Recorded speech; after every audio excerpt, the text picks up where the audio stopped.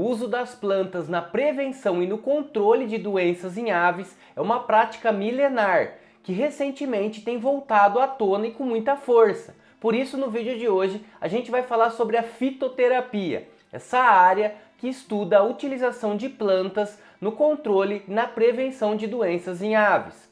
Se você ainda não me conhece, eu sou o professor César, sejam todos muito bem-vindos e bem-vindas à Escola de Avicultores. E a nossa discussão hoje está dividida em 3 grandes partes. A primeira delas é sobre a fitoterapia. Vamos olhar de maneira rápida essa área da ciência que estuda as plantas no controle e na prevenção de doenças. Depois, um aspecto muito importante é as formas de utilização. Cada planta, cada princípio ativo tem uma forma de extração diferente. Por isso a gente vai falar sobre essas formas de utilização das plantas.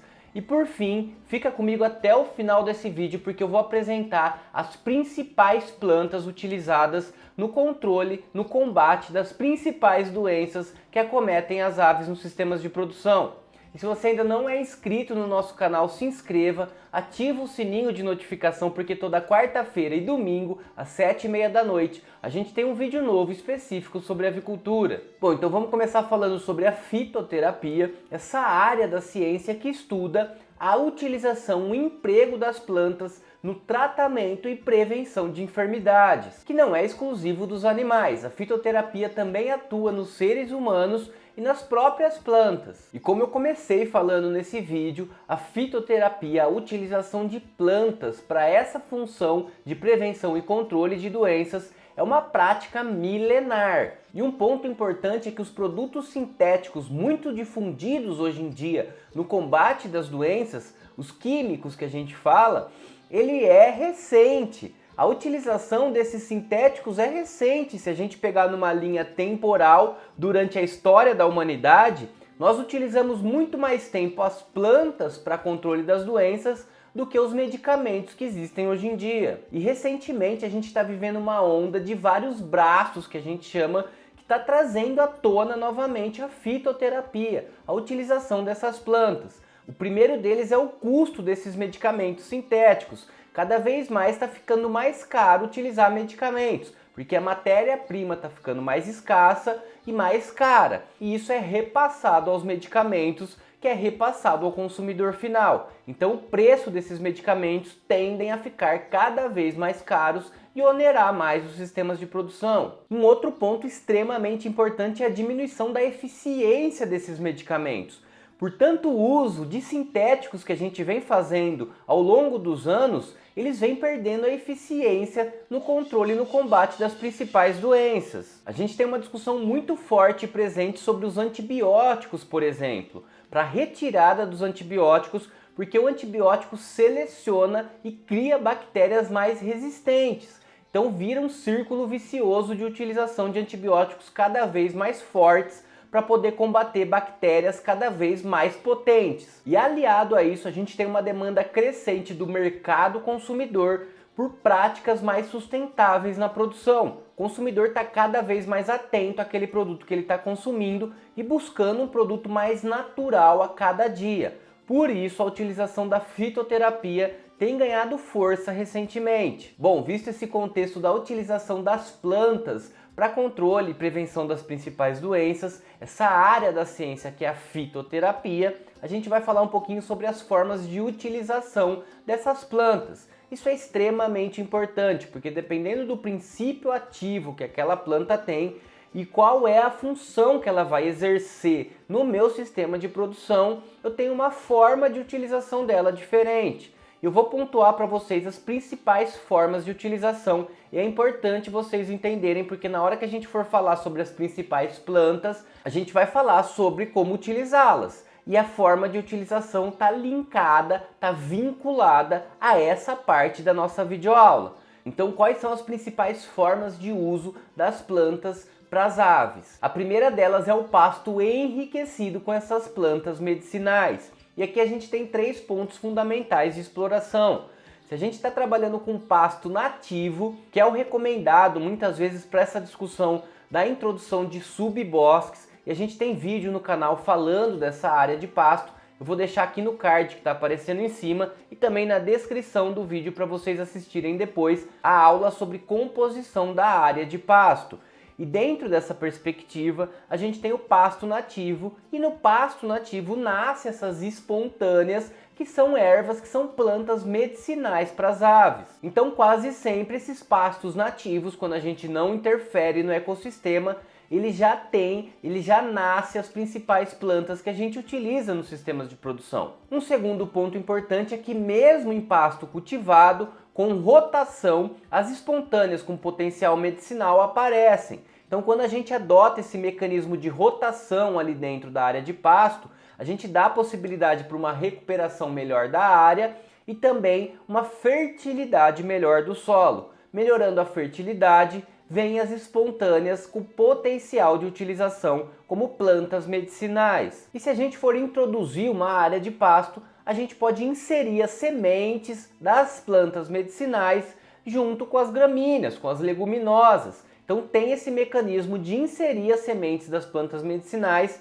em meio às forrageiras selecionadas para o pastoreio dos animais. Uma outra forma de utilização bem interessante são os piquetes medicinais. A gente pode separar uma área de piquete e introduzir diversas espécies ali de plantas medicinais, os piquetes cultivados com as espécies variadas dessas plantas, com o objetivo específico de tratamento dos animais. Então eu acordei cedo, percebi que no meu lote tem uma ou outra galinha mais quietinha, mais acuada, sem expressar aquele comportamento natural, normal dela, eu posso abrir esse piquete medicinal para elas pastarem e prevenir possíveis doenças que estão no começo ali do meu lote. Uma outra forma que a gente pode utilizar é ela fresca, servida no coxo com verde. Nos sistemas caipiras é muito comum a gente fornecer o verde como complemento. A gente fornece restos de verduras, de legumes, de plantações para as aves entre as rações.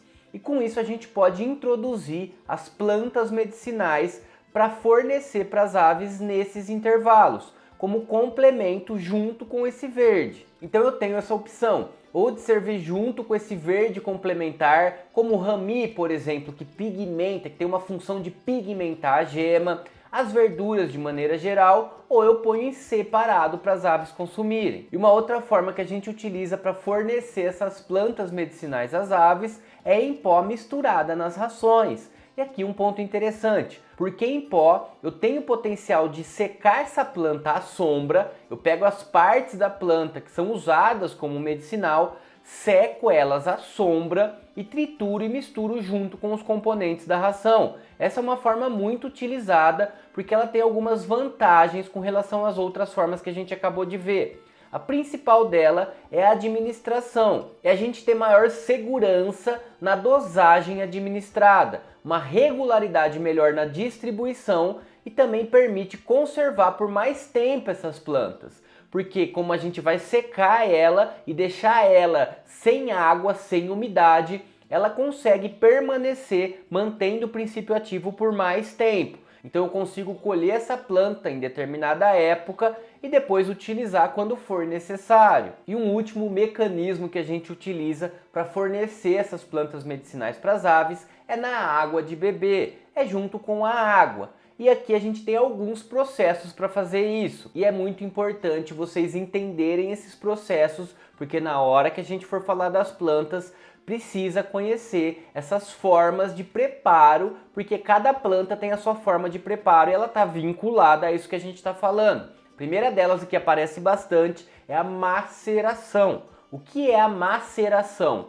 É o simplesmente fazer uma extração a frio do princípio ativo, por meio de água, óleo ou álcool de cereais que a gente utiliza. Então a maceração é essa extração a frio, a gente põe a planta na água e utiliza essa água depois nos bebedouros. Depois tem a possibilidade de decocção. Decocção é o cozimento. Dependendo do tipo, como uma raiz, um caule, a gente cozinha ele junto na água para depois utilizar nos bebedouros. Uma outra forma de extração do princípio ativo quando a gente usa na água de beber das aves é a infusão, que é a extração do princípio ativo pela ação de água fervente. É como a gente faz chá para a gente mesmo. A gente ferve a água, terminou de ferver, a gente coloca a planta e deixa descansando. Depois essa água a gente utiliza para as aves. E por fim a gente ainda pode triturar isso com um pilão ou mesmo no liquidificador ou numa centrífuga e extrair o princípio ativo através desse processo, que são os sumos que a gente chama. É a extração através da trituração, através do liquidificador. A gente bate lá a planta com água no liquidificador para a extração desse princípio. Então esse é um ponto fundamental, conhecer a forma correta de extração do princípio ativo de cada planta que eu vou utilizar. E a gente vai começar a falar das principais plantas. Aqui eu não vou me atentar a todas elas, a gente tem um leque gigantesco de opções e cada região tem uma em específico. Eu vou trazer as principais que ao longo dos 11 anos de experiência da Escola de Avicultores a gente tem utilizado, tem visto avicultores utilizados e com resultados expressivos. E a primeira delas, é claro, é o alho. O alho é um carro-chefe entre os avicultores, principalmente de sistemas caipiras, que é o nosso foco de trabalho, e ele é extremamente importante. É uma planta fantástica para ser utilizada. Eu recomendo muitas vezes a utilização de alho. O alho é considerado um antibiótico natural. Ele tem a capacidade de prevenir uma série de doenças, inclusive controlar doenças que estão no estágio inicial. A gente já controlou vários tipos de doença com a utilização de alho e tem algumas formas de utilização dele. Uma das principais é misturar na ração, numa proporção de 100 gramas de alho com 10 quilos de ração. Eu pego 100 gramas de alho e misturo em 10 quilos de ração. Uma proporção de 1 grama de alho para 1 quilo de ração. Então sempre respeitar essa proporção. 1 grama de alho para cada quilo de ração. Ou a gente pode também utilizar o alho na água. Uma das questões de utilizar na água, não só o alho como outras plantas que a gente tem que tomar cuidado, é com relação ao gosto, a palatabilidade. Às vezes a galinha não gosta daquele gosto, plantas mais amargas, e limita o consumo de água. A gente tem que ficar atento que ela não pode limitar o consumo de água das aves. Mas geralmente a utilização de alho na água não traz esse problema. E a gente acaba utilizando os 6 dentes de alho para meio litro de água. Amassa os dentes de alho e deixa de molho em água morna por 16 horas, num recipiente tampado. Então, para utilizar na água e extrair esse princípio ativo de forma eficiente, eu coloco 6 dentes de alho em água morna e deixo 16 horas descansando, para depois fazer a utilização na água das aves. Uma segunda planta, um fitoterápico extremamente utilizado nas criações, é o limão. O limão também é excepcional no controle e no combate de várias doenças, como por exemplo infecções respiratórias, o famoso gogo que a gente chama, ou resfriados. Então se a ave tomou uma chuva, tomou um vento mais gelado à noite, errou no manejo de cortina ali no sistema, a gente entra com o limão como preventivo e também como combate no início ali do processo de infestação. E a forma de utilização do limão é o suco ou mesmo triturado no liquidificador com água e alho. Tem também a recomendação de a gente misturar o limão com alho. É extremamente eficiente a mistura de limão com alho para controle e combate de várias doenças. Então a gente pega lá um limão médio para cada 10 litros d'água e podemos colocar 2 dentes de alho junto. Então eu posso bater tanto limão separado, um limão médio para cada 10 litros d'água, eu bato tudo no liquidificador e sirvo na água das aves, ou eu posso colocar junto com isso ainda 2 dentes de alho para fornecer para os animais. E uma outra planta extremamente conhecida e utilizada é a bananeira. A bananeira a gente usa ela in natura e principalmente focado na vermifugação. A sua principal utilização é como vermífugo para as aves. A gente faz o dia da pizza, é mais efetivo o caule, então corta o caule em pedaços como se fossem pizzas e fornece para as aves. Isso tende a ajudar no controle e na prevenção de verminoses que acometem as aves. Assim como uma outra planta fantástica para utilização contra vermes, que é a artemisia. A artemisia, ela não tem uma função só de vermífugo, mas também contra a coccidiose. Ela é uma das principais plantas da fitoterapia utilizadas no controle dos vermes e também da coccidiose. E aqui eu deixo um insight para vocês pode utilizar de forma preventiva na 4ª semana de vida. A gente faz ou o extrato da artemisia ou as folhas e partes floridas, a gente faz o pó e mistura na ração, como aquela forma de utilização que eu mostrei para vocês. Põe para secar as folhas da artemisia e mistura ela na ração. E você pode estar se perguntando qual é a concentração que eu devo utilizar, e isso vai depender de uma série de fatores, como a idade das aves, quantidade de ração que elas estão consumindo, além disso, a doença que está cometendo elas e o estágio dessa doença, se é como forma preventiva, se é como forma de controle do início dessa doença. Lembrando, é claro, que a fitoterapia ela é muito eficiente e ela funciona. Muitos autores dizem que é só como prevenção, que ela não tem a capacidade de controlar as doenças, e eu contesto um pouco isso, porque na prática a gente vê que usada de maneira efetiva, muitas plantas têm sim a função de controlar as doenças. Mas desde que utilizadas da forma correta, com a extração adequada, o princípio ativo certo para determinada doença e desde o início da instalação dessa doença, desde o início da infestação no lote. É claro que se a doença já estiver instalada e causando mortalidade, a gente precisa entrar com antibiótico, com produto sintético mais eficiente, mais rápido. Mas as plantas funcionam muito bem em estágios iniciais de contaminação. E a artemisia, ela pode ser utilizada, por exemplo, no início de coccidiose. Se a gente observa que as fezes começam a ficar vermelhinha, com pontos de sangue, ou mesmo se a gente desconfia de vermes que estão acometendo as aves, a gente pode utilizar a artemisia como controle e combate a essas principais doenças. Outra planta extremamente efetiva no controle das verminoses é o mastruz que nós conhecemos, é a erva de Santa Maria. A erva de Santa Maria a gente pode utilizar através da maceração, o pó das folhas secas na ração, ou também misturadas outros verdes, como a gente viu lá nas formas de preparo. E essas são as formas de utilização quando a gente vai controlar os vermes, as verminoses. A gente utiliza para consumo das aves, mas ela também tem uma função repelente. E para repelente a gente pode espalhar as folhas secas nos ninhos, a gente pode espalhar essas folhas secas na cama, em todo o ambiente que as aves estão vivendo. Eu posso secar as folhas de mastruz e espalhar como repelente de piolhos, de insetos, de moscas que podem causar problemas associados a doenças. Então o mastruz, menstruz que a gente chama, é a erva de Santa Maria. Ela tem essas funções tanto de vermífugo como também de repelente. E outras plantas têm essa função repelente e são extremamente eficazes, como por exemplo a citronela. A citronela é uma das principais plantas que a gente utiliza como repelente